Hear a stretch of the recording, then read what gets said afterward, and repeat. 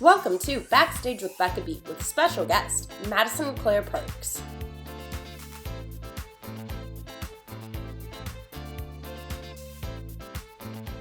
Hi everyone, and welcome to this episode of Backstage with Becca. On this episode, this Los Angeles native has been seen in regional shows such as The Light in the Piazza, Les Miserables, and South Pacific.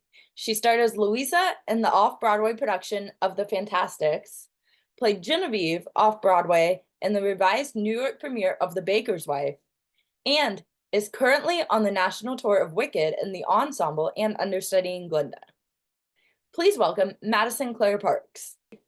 Hello, hello. Oh my gosh, I've been listening to some videos of you singing, and your voice is literally the most stunning. Oh my God, thank you so much. So I just have to get that off my chest. Thanks. Oh my God. I appreciate it. It's so nice to meet you. Nice to meet you too. Yeah. Thank you for joining me today. Yeah, I'm so glad. Thanks for making this Tuesday work. Here, Of course. Undo my little headphones. There we go. Oh, mine are always tangled. Always. I can't help it. Yeah. Yeah. Even if I try not to, it's just like end up tangled at the bottom of my purse. I know. It always is. Wild. Wait, so where are you right now? I'm in Los Angeles. Oh, hell yeah. So, yeah. I'm just a few hours north. Yeah. Sanford right now, right? Yeah. Yeah. Did you grow up in LA? I didn't. I grew up in Texas. Okay. Amazing. In Dallas, Texas, but I live in Burbank now. Oh, amazing. I grew up in Studio City, so I know LA well. That's where I lived before 2020. I lived in an apartment in Studio City. I love it there. I love LA. I love California. I can't deny. Weather, unbeatable, except for this week. I know it's a little miserable, even up here, where it's usually colder. It is not. Yeah, it's supposed to get to like 101 in Burbank. Oh, I can't do it. Oh no, that's brutal. That is October. brutal. It's October. I know. Come on. What the heck? I know. So, how are you? I'm good. I'm loving San Francisco. I'm loving being here in California. Like I said, I love California. Even though I've lived in New York, I'll take any opportunity I can to be back here. So it's so nice that the tour is here right now, and we've been here for 5 weeks. We have 2 more weeks, so it's a nice little chunk of time. Yeah, and we'll get to be in LA as well. Yeah, end of this year and into next, which I'm so excited for. And so things are good. Yeah, things are happening. Yeah, exciting year. I know. We've had some good tour stops. We were in Toronto, which I loved, and we're going to Portland and Seattle, both places I've never been, before we head to LA. So it's a good rest of the year. I'm kind of jealous about Portland and Seattle because I need, like, it's on my list to go there someday. Really? I've heard great things. I'm actually really looking forward to both cities. Yeah, I've heard great things about both as well. Yeah, we'll be in Seattle for Thanksgiving time, and as things start to get into holiday land, so it'll be nice. It might actually feel like fall there. I know, we might get a little taste of it. Yeah, we'll see. You never know. So I want to ask, have you always known that you wanted to be a theater performer, and like, what was the moment that you first realized? Yeah, so I always have. I've loved theater and musical theater in particular. I mean, the arts and creativity in any form, but really musical theater has my heart. I grew up, my mom's an actress and my dad's a musician, and so were my grandparents, were like movie stars in the 40s, which is kind of fun. And so I was very much surrounded by it constantly, and that made me really want to do it. They loved it. They had such a passion for it. And my grandma was performing. I lived with her into her 90s. And so it just was something I was always in love with. And I really pushed for it. My parents were like, oh, I don't want to be like stage parents, And I was like, please let me do it. And so I went to a performing arts middle school. Like, I was in the middle school program there. And then I went to a conservatory high school for classical voice, and out there in LA at LACHSA. Shout out to LACHSA. I know, LA County High School of the Arts, and went there, and I got my first professional show when I was 16 and left school for a few months to go do that, and then come back and I remember sitting in history class being like, wait, I learned more in those few months doing that like regional gig than I am in this class. That's no shade to the history teacher. I don't even remember. But I fell in love with it. Yeah. Yeah, And you learn by doing. you really do. And it's really been a philosophy of mine, as much as, I mean, study is very important, especially in this business. I think it never stops. That's some of the hunger and the joy of it, is that there's always something to learn, new classes to take, new teachers to learn from, other performers to learn from. That knowledge is constantly growing, and I think it keeps us all on our toes. Absolutely, absolutely. Yeah. How did you go about growing up in LA? How did you go about finding that theater community? Because LA is like so TV film heavy. Yeah. Like people aren't as aware that there's a whole theater scene out here. Yeah. Well, it feels, at least it feels like such a small scene out there in a beautiful way. Yeah. That you can do the thing of like, oh, well, you worked there, so you must know blah, blah, blah. And, everyone knows everyone. Yes. I fell into it. I loved it. I did have the wonderful opportunity of, I auditioned for Musical Theater West's Oklahoma when I was in high school. And I auditioned, and that was my very first professional show. And I went and did Laurey in Oklahoma there at 16. I know, which is crazy. Looking back, I'm like, I was an infant. Who let me do that? But I just auditioned, and then from there, started taking classes, and that led to other things, like to come do a reading with this person, and then it sort of just builds organically that way. And I am very fortunate that I sort of had an in because of my parents, and because my mom also was a performer and had worked out there in LA, that I went to her voice teacher first and that kind of thing. So I had a wonderful intro in that way. Well, I think they heard you sing once. Like someone heard you sing once, and they were like, we got to get her in more things. More things. I'll take it, because singing is my first love too. I love it all, but singing is my favorite, and I love singing classics. I grew up watching old movies and old Doris Day movies and hearing old albums like that. So that sort of sparked my love for it. And yeah, thankfully work begets work sometimes, and sometimes not. So yeah. Oh, what was the first theater show that you saw that you really fell in love with? Oh gosh, I have sort of two memories, and they're sort of connected to Wicked, weirdly. One of them is my grandma did Follies on Broadway in 2001. Oh gosh. And so I was really young, and I don't totally remember if this is a genuine memory or if it's off of pictures and other people telling me, but I kind of remember going to New York and seeing her, I think. So that probably was my first Broadway show, was seeing my grandma in Follies in the early 2000s. Again, I don't know if that's a real organic, true memory or something I've made up over the time that I'm like, I remember that. I was probably 6 or 7 at the time. And then I remember a friend of mine, when Wicked came to the Pantages, where we're going to be, which is so cool, very full circle. She got the CD of Wicked, and she was obsessed. And she was like, there's this new musical. I was like, what is this? And we would listen to the soundtrack over and over and over again. And I would totally make her do the song, What Is This Feeling? And I was like, I want to be Glinda, you be Elphaba. We're going to sing along to the soundtrack. Yeah. And that was a staple of playdates. And when it was in LA, we all got to go see it. And so I remember that pretty vividly. And that was a real moment, both seeing my mom on stage as well as my grandma, but seeing Wicked too. Oh my gosh. And it is, I'm going to get into that full circle a bit later on, because that's so, wow.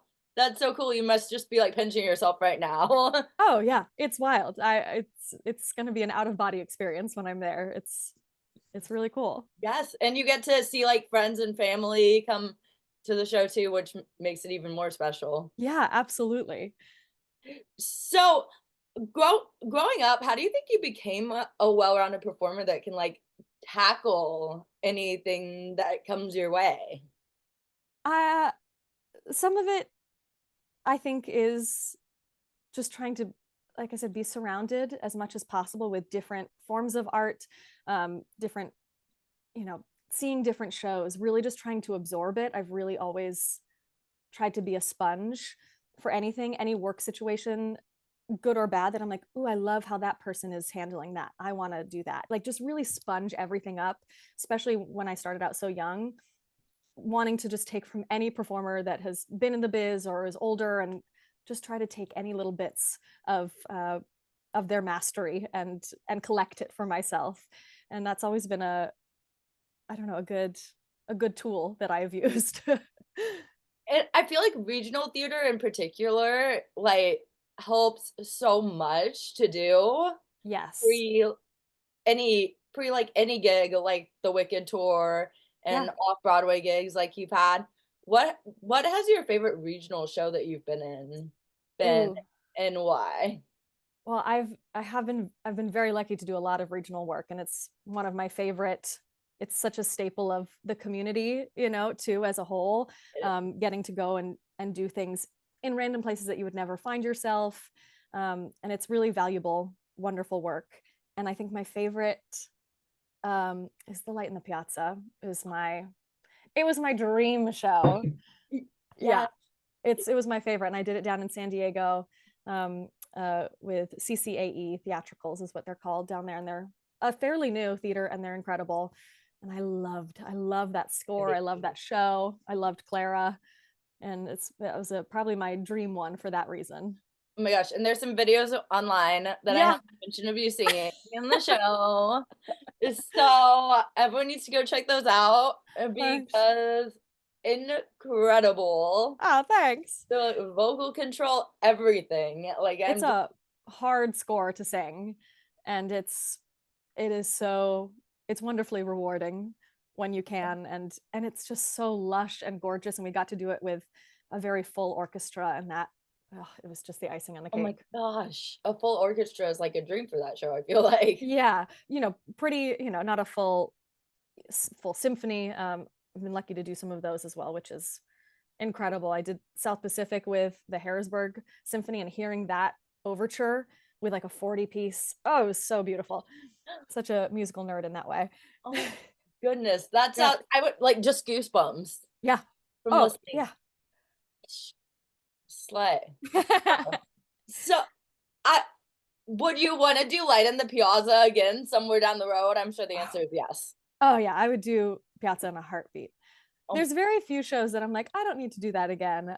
I've loved most of what I've done, but Piazza is really special. And that was actually another sort of pivotal moment, is the PBS broadcast it with, it was Katie Rose Clark, who is also one of my favorite Glindas, yep. and Aaron Lazar, and they PBS filmed it, broadcast it, and I remember sitting in my living room watching it and just being mesmerized, and it being also a big influence on my approach to the career and wanting to do this.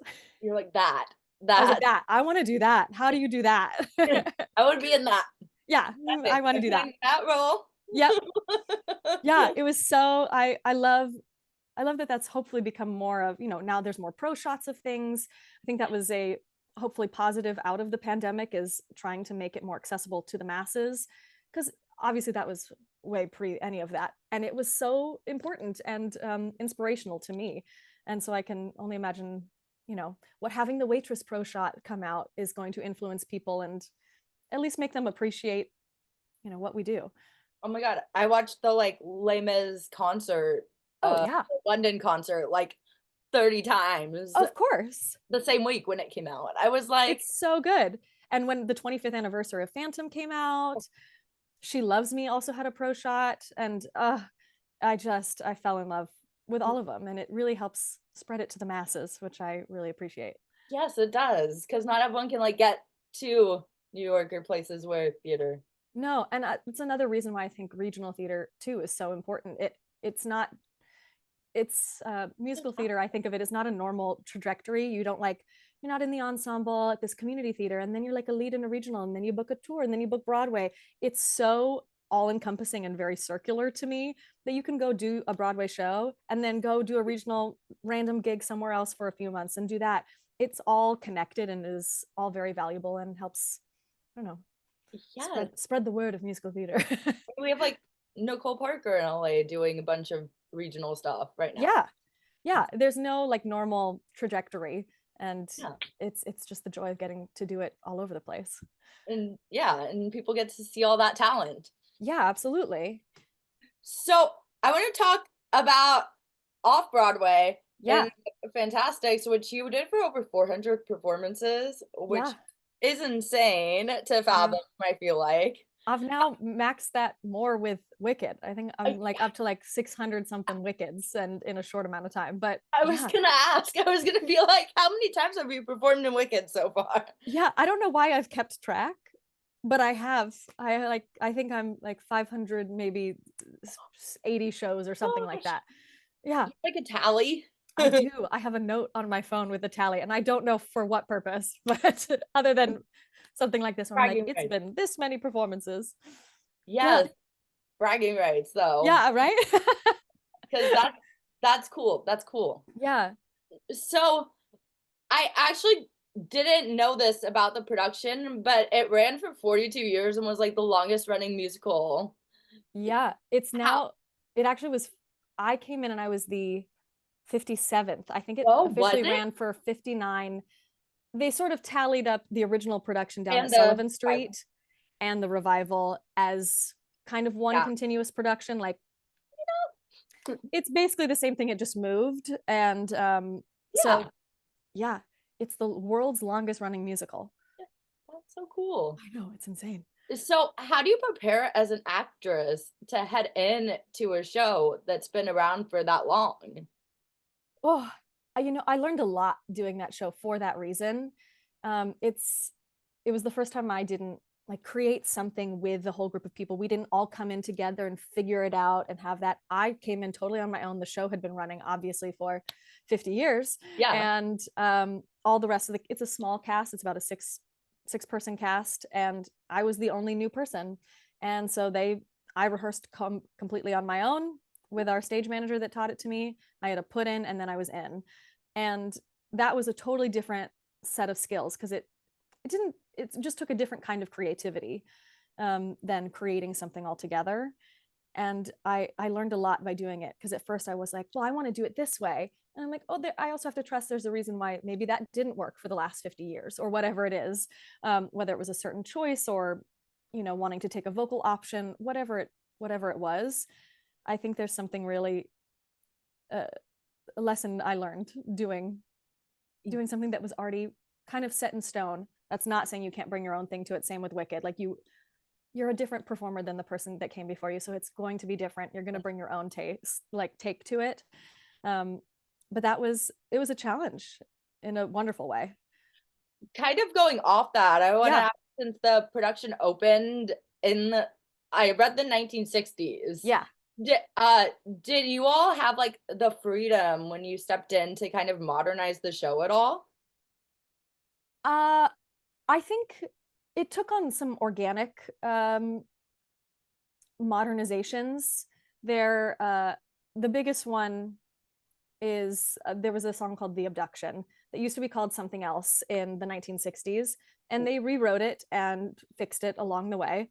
And so there are things that did not age well in that production, and even in my opinion should be readdressed if it continues to, it's the production is closed off Broadway, but when it's done regionally, I think there's so many different ways to do it and to modernize it. I know there's been productions.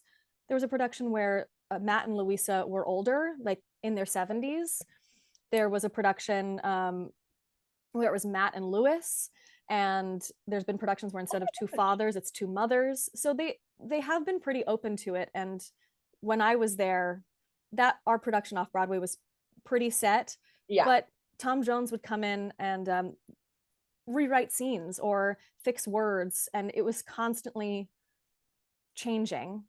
And I think they were more open than I realized at the time to improving things. And I think that is showcased also in what is licensable now, and the different productions that have happened. And you got to do like some cool events, some like park events in New York with that Yes. show I saw. What was Yeah. that like getting to like check that off the bucket list? Oh, it was so cool. We did Broadway in Bryant Park and did Soon It's Gonna Rain. It was so cool. It's such a staple of New York and theater in New York that I'd never thought I'd get to be a part of. Or I don't know. It was really, really special. Yes, they gave you hey, and I feel like people are like, well, off-Broadway, but off-Broadway is just as great Oh as yeah. Broadway. It's just It like I don't know what defines like its theater size and then location too sometimes though. it's mostly theater size. I Yeah. don't remember the exact number, but it's however many seats are in the theater. It then is off Broadway versus Broadway. So Broadways tend to be larger houses, off Broadway tend to be smaller ones. We were technically right on the street of Broadway, so we were on Broadway and 50th, and so Hey, you never know.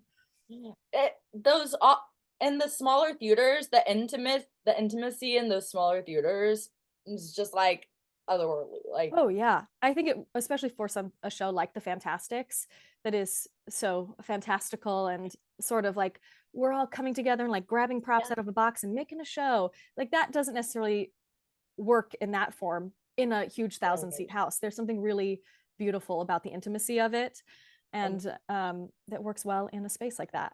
oh yeah, absolutely. So Yeah, when you're this kind of like goes into Wicked too, yeah. since you've done 600 performances for Wicked, but when you perform in a show and do that many shows, how do you make the show fresh and new for yourself every night? Well, I think so much sometimes is influenced by the audience as well. The audience is different every night, different reactions to different things. And you're also a different person. And you kind of have to, I gave up the fight a long time ago to like do it the same every night or do it just as good. There are nights where I'm vocally different than I was yesterday. And that changes things. Human. You're a different human every day that you wake up. You could have a slight sniffle one day or just be more tired, whatever it is.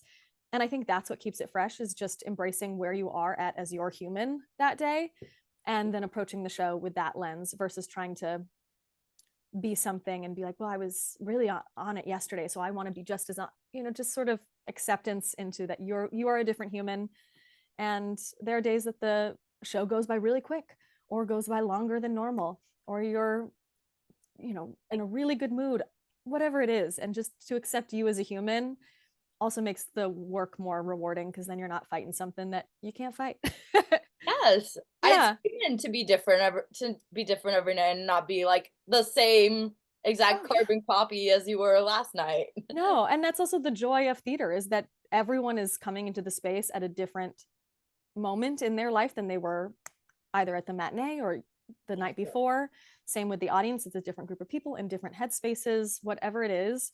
And that's the beauty of getting to do it over and over and live theater versus capturing a moment on film. Both have immense beauty in each, but that's what I always love. And there was things that I'm still learning over a year and a half into Wicked, and I learned in my last few weeks even of doing the Fantastics. I was like, oh, I never thought about it that way. Why did that occur to me today, two Ooh, years in, or something? what are those things?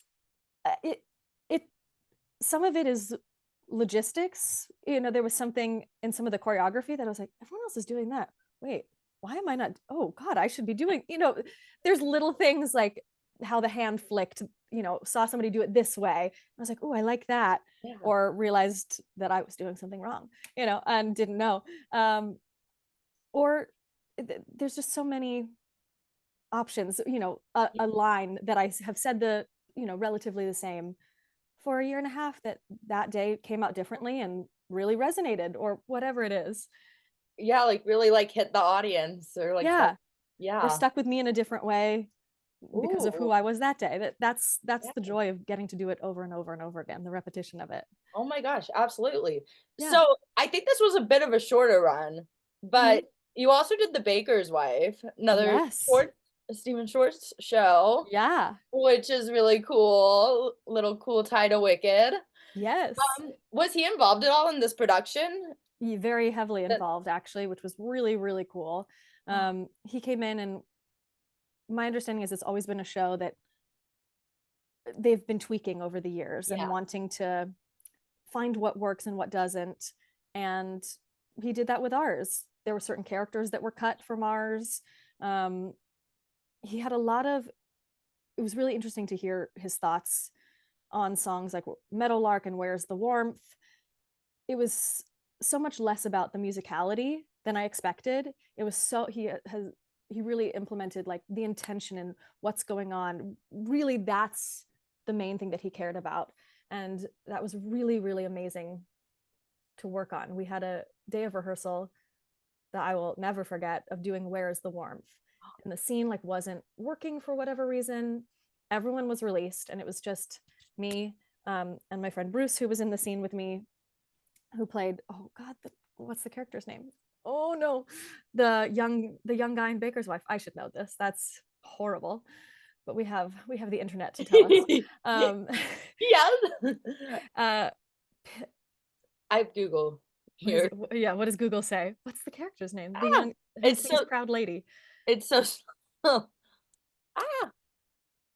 Well, regardless, her lover in the show. And we sat and we ran that scene with just our director Rob and Stephen Schwartz there, and just the two of us.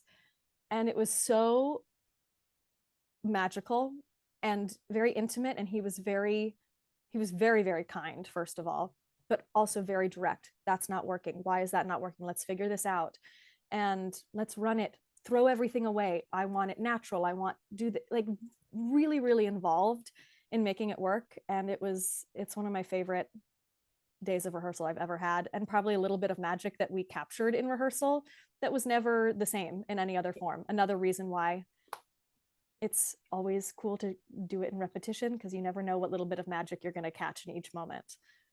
Well, and you get to bring lesser known and produced work to theater audiences that like love and appreciate the arts. What's that experience like? Well, for Baker's Wife in particular, I think we were technically the first ones to do it in like Manhattan.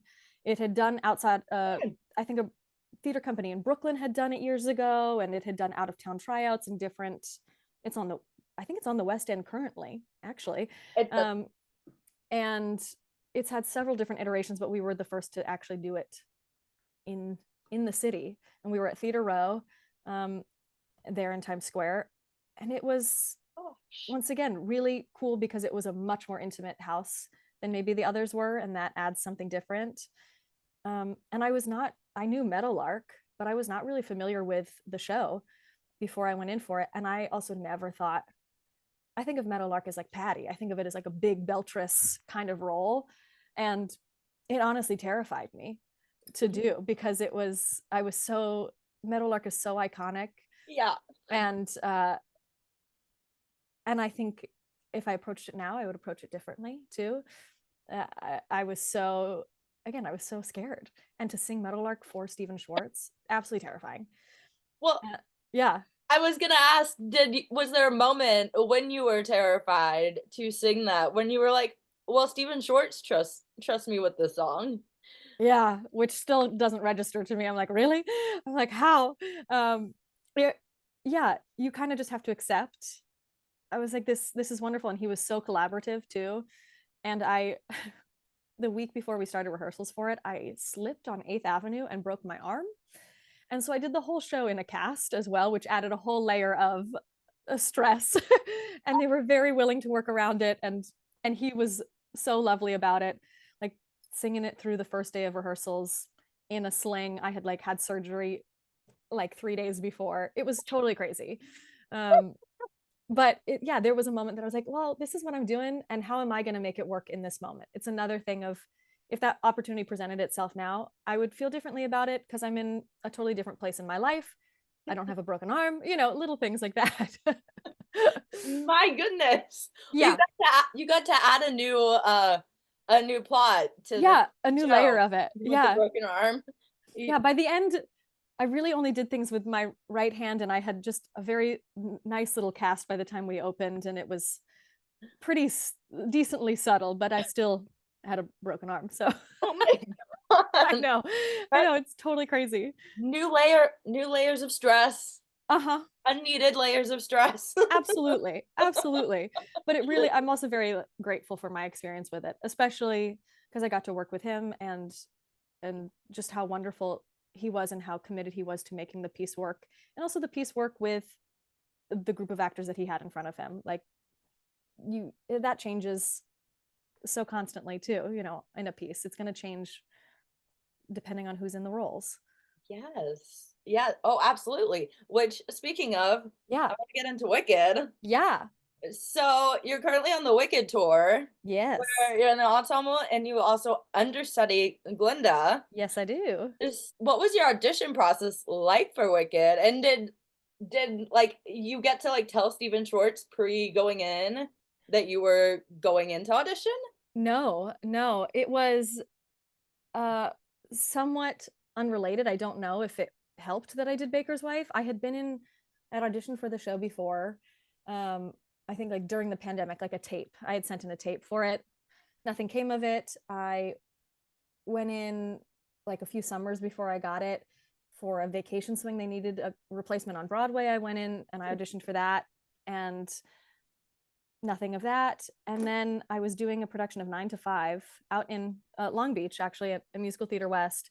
And I got an email that was like, can you be in New York for final callbacks for the tour on Monday? And I was like, absolutely. And so I flew back to New York on our day off from the show, and sang through the ensemble stuff and sang through a cut of Popular as well as the opening for Glinda, and did a few of the Glinda scenes. And they gave me some notes. I went out of the room, worked on those, came back, redid some things, re-sang things. And then I didn't find out for a few weeks. And then it sort of was like, you're going to start in a few weeks. So get ready, pack your bags. And it was, oh, I wept. I was so excited. It's been a dream show for so long. So it's been several rounds of going in. I think it's technically my third time I was going in for it. The other times, maybe one was for the Glinda standby or something. I don't remember. One of them was just for ensemble. And then this worked out for whatever reason at this time, and I'm so grateful for that. They knew they wanted you as someone who could cover Glinda. I hope so. Yeah, it's I love getting to cover the role. So I'm glad that it worked out this time. I feel like they had like a note of like, wait, when do we That'd be need nice, right? Yeah. Hey. like everything happens for a reason and it's like a puzzle piece, I feel like, when Oh you're yeah, for a show. absolutely. You fit in at a certain time of Yeah. the show. Yeah. So you talked about previously about going to see Wicked as a Yes. kid. So do you remember the first Glinda, Elphaba, and Nessa that you saw in the show? I don't. And I'm sure it was the LA cast in, probably I 2006, yeah. 7-ish. So my guess is maybe Eden and Megan Hilty or something like that. But I'm such a theater nerd, and so are my parents, since they were in the business too. Like, we keep all of our playbills. So it's actually on my like to-do list when I'm back in LA. I'm sure we still have the playbill from when I saw it back then. And I'd love to get to go through and see either who is still involved now, or who I actually saw, because I don't know for sure, but I know I have the playbill in LA in some storage thing. And so I'm excited to uncover that secret, I guess. Yes, go through all the storage stuff. Yes. I'm like, where is it? I want to know who I saw. Oh my gosh. Yeah. Yes, you gotta, yep, gotta Yeah. do that. Yeah. So, what was when you got to the tour Mhm. and started rehearsals? What was it like starting rehearsals for Wicked? Like, this is a show that's on everyone's bucket list, I feel like. Oh, yeah. Totally exciting and overwhelming. I I did not expect to dance as much as I'm dancing, and I'm really grateful for it in hindsight. But when they were like, and this is, you've got like 5, 6 lifts a show, I was like, there must be a mistake. I'm a singer, I'm an understudy. That can't be right. And I've danced before, but I've never had to do a show where I dance this intensely. And I must have a special shout out to our incredible dancers in the show. They are working their asses off every show. And it's just, I'm so thoroughly impressed with them every time I get to watch them or be on stage and have the insane opportunity to dance with them. That's totally bonkers to me. But I came into the show in March of 2023. And so I've been with the show over a year and a half. And on tour, I came in at the same time as my dance partner, which was very lucky for me, and a good friend, Cody. And that was also relieving to my anxiety around dancing in this show, is that we got to learn it together. And he's an incredible dancer and partner. And so that made me feel a little bit more capable. And we rehearsed for 2 weeks, and it's just the two of us and our dance captains. Then we have a spacing rehearsal where we talk through things sort of slowly, make sure that we're all on the right numbers and the right tracks and the right space. Then we have a put-in where we're in full costume, hair, put in, and then I did the show that night, and I debuted that evening. It was wild. Good luck. Oh yeah. Yeah. They're very detail oriented and keep us on track, but it was a much larger scale of the feeling I had in the Fantastics of like being like, I don't know anybody and here I am fitting in, and you have to do that again. It's a totally different skill set to rehearse completely on your own and try to be spatially aware coming into a full ensemble of people that, you know, this is the 8th show of the week and good luck, fit in, you know. They're like, okay, have fun. Yeah, but it was also really warm. Everyone was very encouraging and very helpful in the backstage madness, which is sometimes more stressful, and the changes. Everyone was very, very kind and encouraging, welcoming us into the show. And in the show that night, I felt very supported of like, if I make something, if I'm in the wrong space, somebody's going to slightly adjust me and help me, you know? So that was really lucky. Oh my gosh, that's really comforting Yes. to know that like someone's going to be like, here, wait. Like, yeah, I'd be like, okay, you're on this side of me, just kidding. You know. And right. That's something I try to do in a kind way if, you know, when people come into the show, because I felt so welcomed in that way. That's something I want to do when new people come into the show, and welcome them in and make them feel easy in their debuts. So I've talked with people who consider themselves dancers first and do singing. Yeah. Now I want to ask you, since you consider yourself a singer first. Yeah. What advice would you give to people who consider themselves singers first, who also get the chance to be in an ensemble of the show and like learn these dances in a show, these intricate dances? I would say get your body ready and like get into class, which is something I did not do, and I am telling myself that as well. Be like, you know, that would have been very helpful. But also similar to what you said as far as in The Baker's Wife, being nervous and being like, oh God, why, they must have something, you know, trusting you're in the right space at the right time and they're there to help you and you are capable of these things. And if you give yourself a little bit of grace in that way, and I'm not trying to be, you know, I'm not a prima ballerina, I'm not going to kick my face like the other dancers do. And that's okay with me. And that is, yeah, I would say just any advice to younger people is always keep studying in every facet. Don't just be like, well, I'm a singer, so I only want to do that.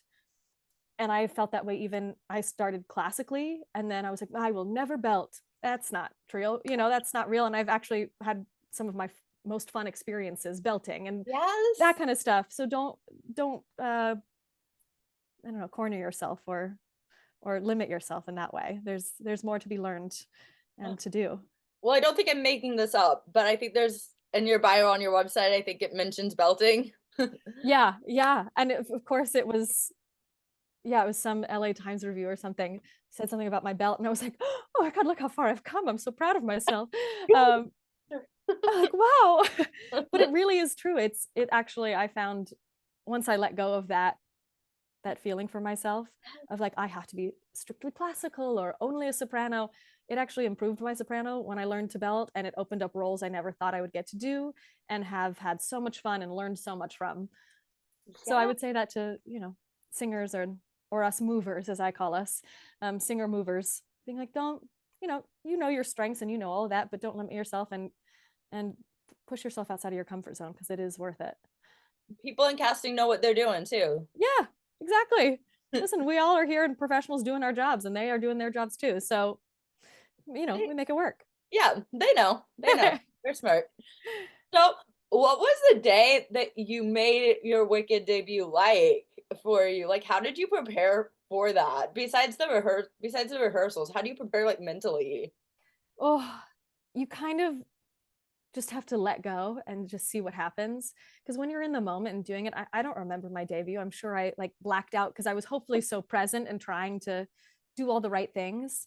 But I think I woke up and I made sure I was well fed and came Yeah. in and did my put in and rested and warmed up and did the whole thing. And then just hoped that I had done enough homework and I had, and that we were off to the races.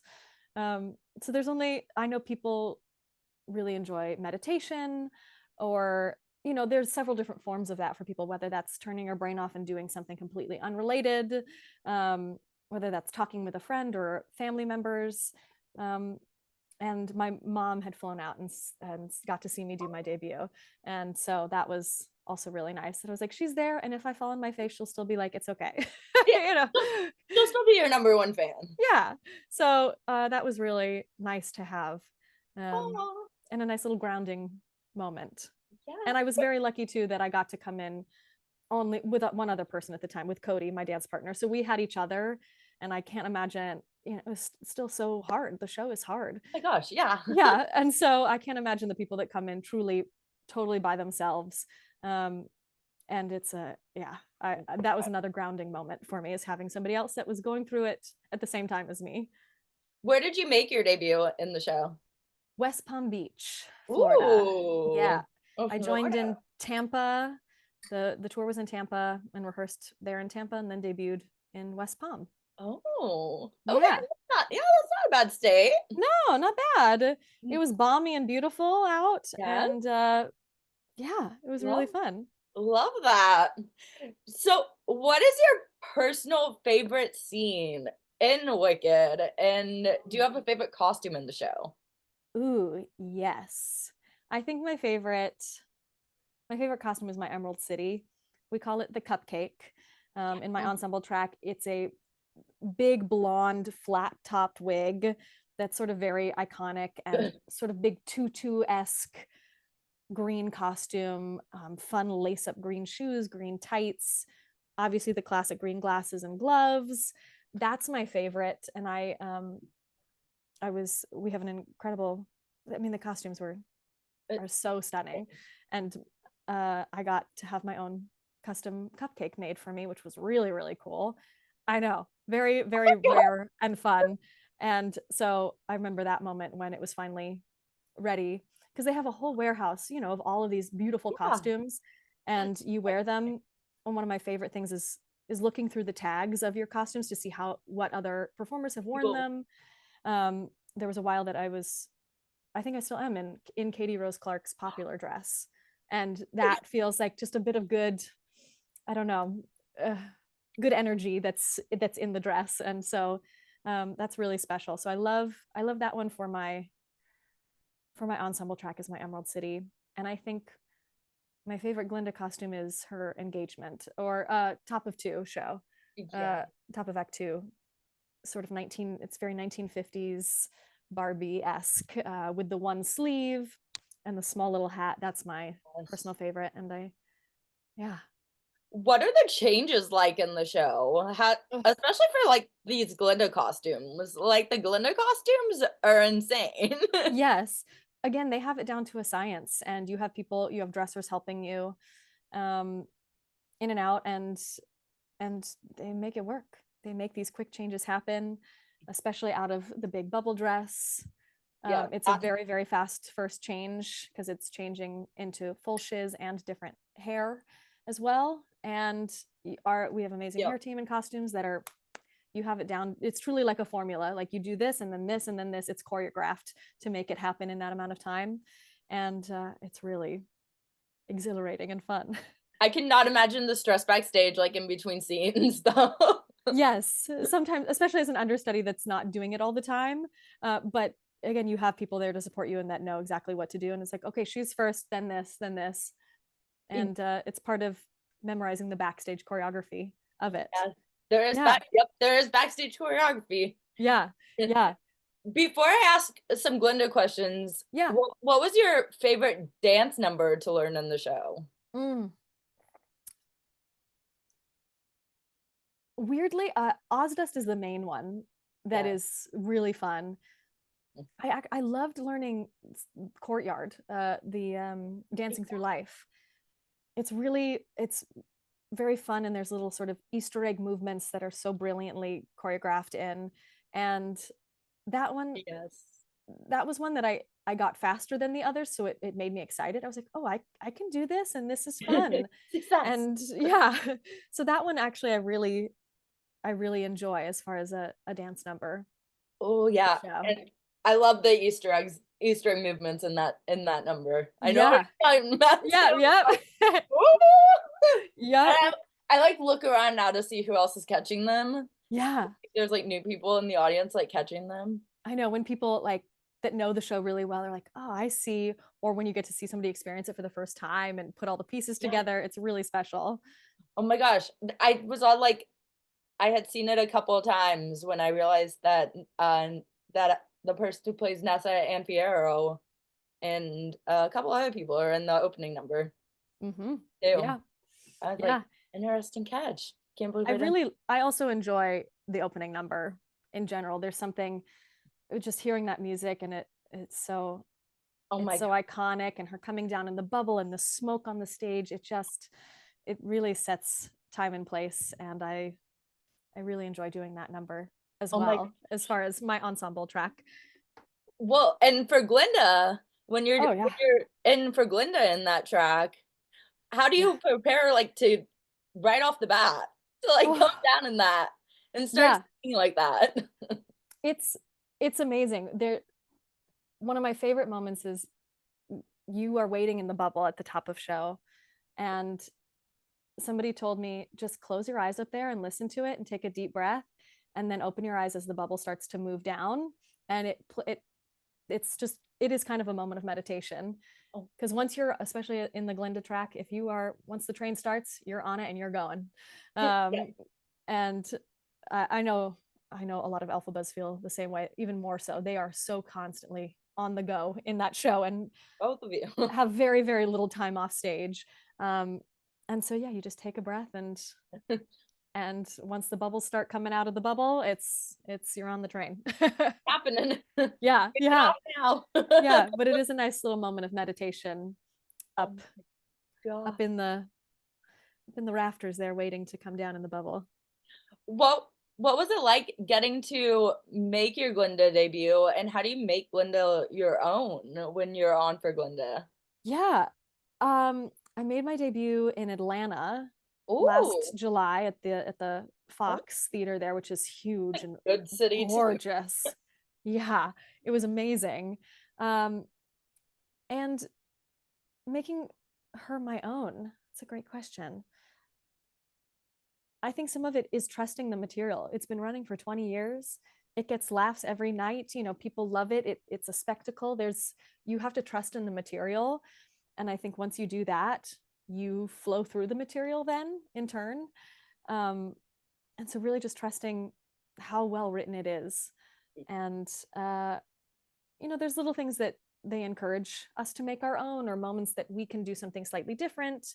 And we try it out in rehearsal, see if it works, if it doesn't. So there's a lot of playtime in that rehearsal. And once you're doing it, but really just trusting the material. Have you ever surprised like Lauren or the other people playing Elphaba opposite you on stage with like any acting choices? Well, I think some of it is sometimes always a surprise when you've not. I went on with Lauren for the first time in Denver, our last city. Ooh. And when we rehearse as understudies. I rehearse with fellow Elphaba understudies in standby.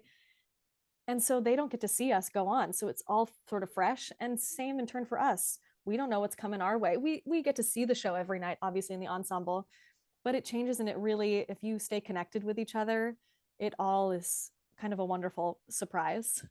Yes. Yeah. I feel like it's so fun seeing, like, different combinations of people on Oh, yeah. because it brings a little bit more comedy to certain scenes.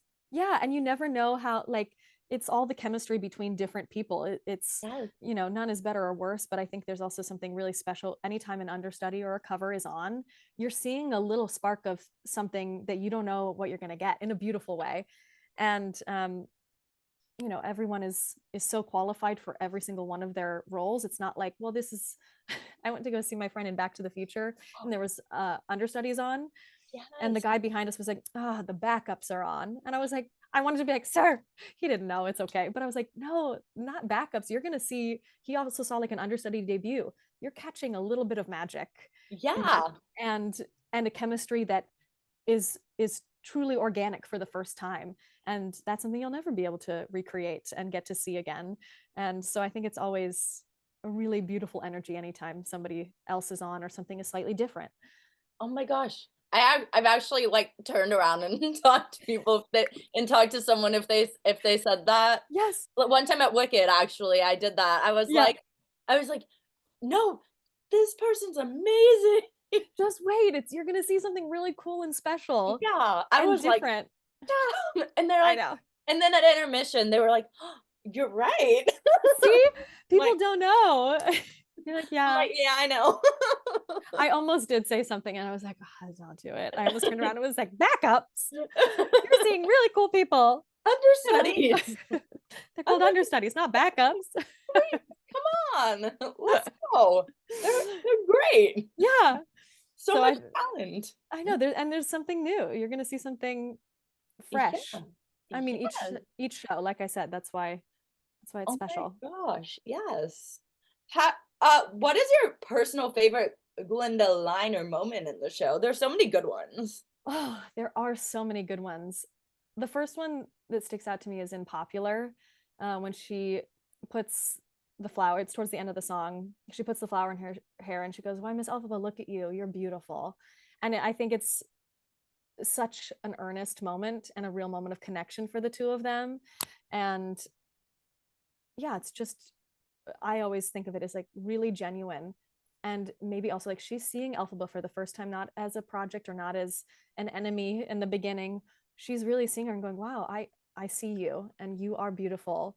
And it's one of my favorite moments in the show. I mean, there's so many iconic, Oh really my good gosh, ones, so but good. that's the one that feels really special every time. It's like the friendship Yeah. really starts to build there, Yeah. Yeah, absolutely. and they start to connect, which is really cool. Yeah. So, you're part of the show the first part of the movie is coming out. Yes. How how do you think the movie is going to affect the audiences that come in to see the show, whether it's on the tour, on Broadway, on West End? Yeah, I'm really excited for the movie. Um, I think it's going to be so different than what we're doing every night, in a wonderful way, and I'm excited to see it. I'm excited to see how all the characters are interpreted, and just it looks visually beautiful. Um, yeah, I don't know. I don't know how it's going to affect audiences. I will find out by the end of this year, I guess. Yes. I think we've even had there's been some talk of somebody being like, "Oh, did they add popular like is popular and Ariana Grande? Like, did they add that in?" And we're like, "No, but Oh we my god. yes." And honestly, I saw that. yes, isn't that wild? Y yeah. But so I wonder if it's going to be, things like that, or there's going to be different expectations maybe coming into it, after seeing the movie and expecting to see something else. But I think there's something wonderful that it is going to look so visually different, even costume wise. It's not a carbon copy, so it's going to be different, and you kind of have to be on board with that. And uh, so we'll see how it affects. I hope it brings even more people, I think it and will. yeah, more people into the joy of the show as well. I think especially for LA, like, it's gonna Yeah, be huge for the movie to come out and then for the LA run to happen because people are gonna be like, "Oh, wait, yeah, the actual show is here." yeah, exactly. Yeah, Mhm. and it's been to the Pantages several times, and that's what's cool about being here in San Francisco. It's where Wicked started. The out of town tryout was here at the Curran Theater. We're at Yes, the Orpheum here, this time around, so and it's cool. gonna it's gonna be really really special, I think. Oh my gosh, that's so like a full circle moment. I Like, know. what the heck? That is Yeah. the coolest thing ever. I can't wait to see the movie. I'm excited for it. Oh my, I'm excited too. I still think we need a pro shot of the stage. I'm with you. I like that. Pro I think we shot do as well. down the road, maybe after part two. Maybe after part 2. All right, let's manifest it. It'll be great. Like, Yes. yes. What do you think makes Wicked a show that has had the success that it's had since it opened? I think obviously the music, and I think the female friendship aspect of it. There's also I've heard people, we get out of the stage door pretty quickly, and people don't realize that like we were in the show and we're like walking with patrons, so they're talking about it and that kind of thing. And sometimes different cities that we're in or something, people be like, wow, they really updated it a lot from the last time, and it has not changed, but the world has changed along with it. And yeah, and it's really interesting to see what people take away from it when they saw it 20 years ago to now, when it's the same show and people are like, wow, they really, sometimes they've made it more political with the wizard and all of that. And I'm like, no, that's always been there. That's not changed, but the world around us has changed. And I think that has also really impacts it and keeps it up to date, in a way. Yes. In that way, because the world has changed. The show hasn't, but oh my gosh, that's definitely yeah. key. Oh my god, you must just be like chuckling to yourself as people are like, it's so different than the last time I saw it. You're like, Yeah. okay. I'm like, all right. Well, that's also the beauty of theater. Somebody took something different from it than this time, or liked something this better, this resonated differently this time. You notice That's, something. yeah, you do. Yeah, you notice new things. I Yeah, mean, even like when you watch movies and like TV shows multiple times, you notice more things. You're in a exactly. different area of life that day. Yeah, yeah. So, I'm very curious because as I've mentioned multiple times, you have a stunning voice. Thank How do you you. keep your voice healthy? Like, especially when on the road touring and traveling to different cities. Yes, it is sort of a full-time job in its own regard. Um, I have wonderful voice teachers, so technique at its base. But there's also times where there's only so much singing you can do. So taking that rest, sleep is a main thing. I steam. I am drinking tea right now as a very cliche, Ooh. soprano cliche, but staying hydrated. I steam. I do a proper warm up, and also I'm still taking lessons. It's not like I got it and I've figured it out. Doesn't end. There's been times where I'm like, I can't figure out this moment. Let's bring it into a lesson and figure it out. Yeah, and really taking care. You are your instrument, and so you have to take care of yourself. You've got to eat well and rest. And I travel with a humidifier as well as an air purifier, and a little throat steamer and a nebulizer. So there's all sorts of gadgets and gizmos, but that's really sort of the main thing is maintaining all of that. These like humidifiers and stuff would be really smart to sponsor all the tours. Right? Because we travel them. Like it takes up trunk and suitcase space. Oh my but god. I want to stay hydrated. Like the amount of like Instagram videos and posts I see about humidifiers Uh-huh. from people on tour and Yep. especially people on tour, I feel like. But like Broadway too. Yeah, well, that's the thing you have to manage on tour is not only sleeping in different beds, but also different Yeah. singing in different environments. We were in Denver where people really Yeah. felt the altitude, and yeah, it's just dealing with a different environment. Oh my god, Denver is a tricky one. Yeah, yeah.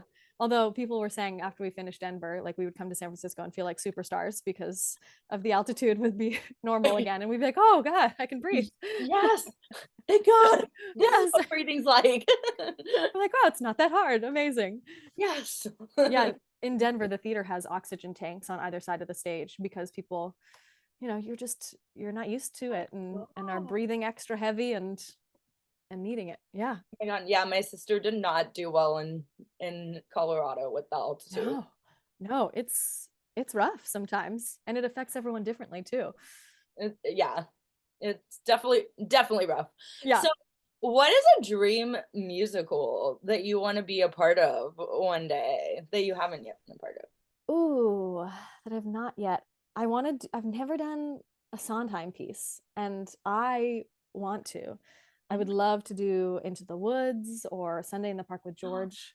Um, so a Sondheim, or also Phantom. I'd love to do Phantom. I was gonna say, I was like, Phantom. Yes, because my mom, I grew up actually for a little bit here in San Francisco because my mom was doing Phantom here. She was a Christine for a long time. And so I quite literally grew up backstage, and hearing the music, it feels like it's in the blood, it's in the fam, and I would love. Yes. I've sung it in concerts and things, which I thoroughly enjoy, and I'd love to get to do the show. So those are sort of the Yes. top two: a little Phantom of the Opera and a little any Sondheim piece, Oh because my gosh. Sondheim, you know. Like a little night music too. Love a little night music. Yeah. It's so good. Yeah. But yeah, Phantom. I keep like wanting to wake up and like see Broadway World announce a new tour. I know, right? I I'm wonder like, where it hello, is. Where is hello, it? What's happening? let's go. I'm impatient. I know it just closed. I know, but people want it. Where is it? Hurry. So, how do you work on self-confidence in this industry? Oh, it always goes in waves. It's so easy to compare. It's so easy to see just the social media highlights. It's what it is. Yeah. People are posting the good mostly.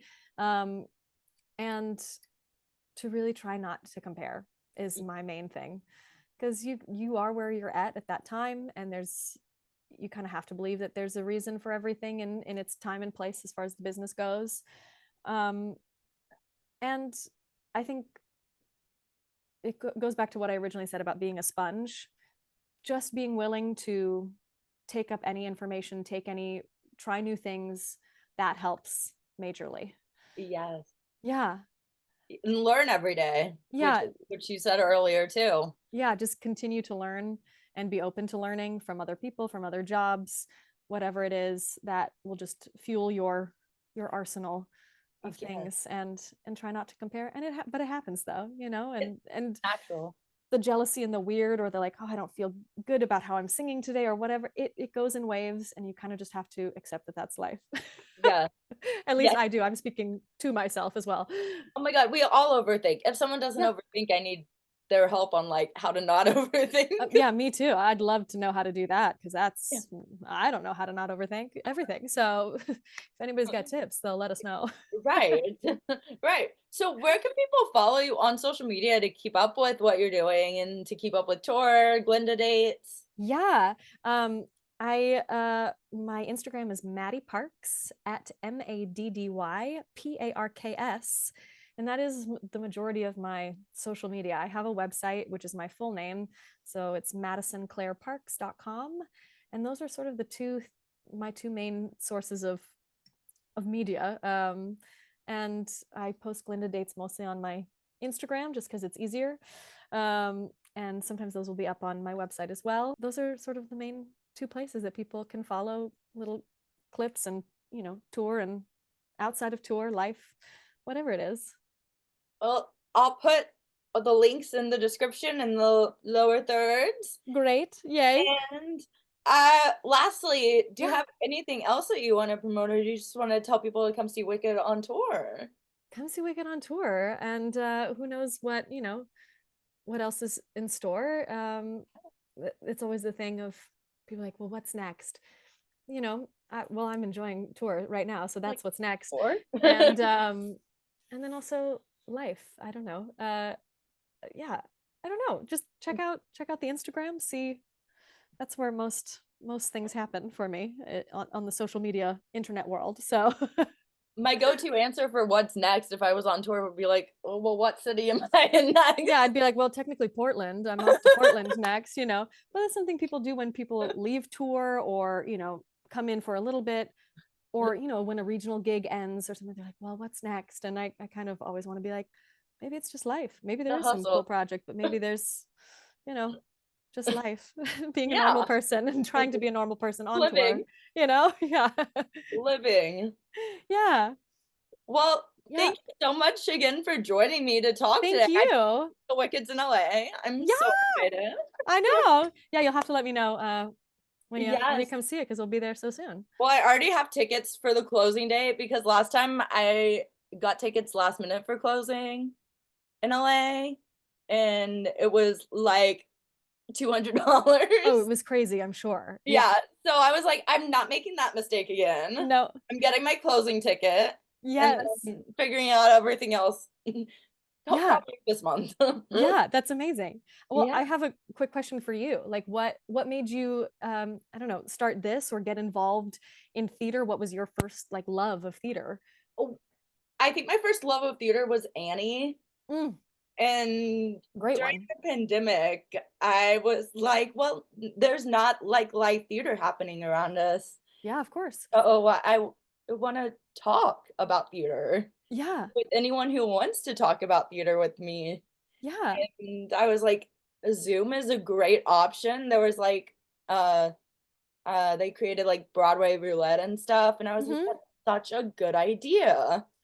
I So think it's great. It's so connective too, especially with Zoom. You could be in any place and still have these conversations. It's really fun. right, and it, yeah, you just need a like computer and camera and Yeah, fun. that's And I so exciting. I'm so honored to be asked to chat about all this and chat about my career things. So I I'm appreciate it. honored to have you on. Right. I was listening to you singing last night and I'm like, okay, like star, superstar. Oh, well, thank you. Thank you. Do you sing a lot too? Do you have I like don't. you don't? I was gonna say, do you have like a favorite thing that you sing or like a favorite cast Oh, album that you sing along to even or anything? favorite cast album right now is probably Gatsby, The Great Gatsby. Oh, that's a good one. Yeah. So good. Yeah. So good. Yeah. And Oh, Outside is really good. yes. I went, took a little vacation and went to New York to see a few shows and just be home for a second. And I saw Outsiders and loved it. I didn't get to see Gatsby. I wanted, there's so many more things to see. There's so many things to see. It's so good. Yeah. I want to see Sunset Boulevard for sure. Me too. I hear really good things. The stage door picture kind of scared me of Nicole Sponge. That outside stage door. I don't think I've seen it yet. I've seen some of the behind the scenes of them like filming the So entrance it's and like all of that. her makeup on. Well, I mean, yeah, sometimes you gotta skedaddle. So It's wild. It's a little scary. yeah. I'm like, wait, hold up. I hear it's amazing though. Yeah. I had a friend that saw it in the West End and loved it there and was really excited for it to come here. So that's Oh my on my gosh. list to see as well whenever I can get back to New York. Everyone's saying good things. So Yeah. yeah, That's so I'm fun. really excited to go back, see a bunch of shows, but Wicked. We'll come to you first in LA.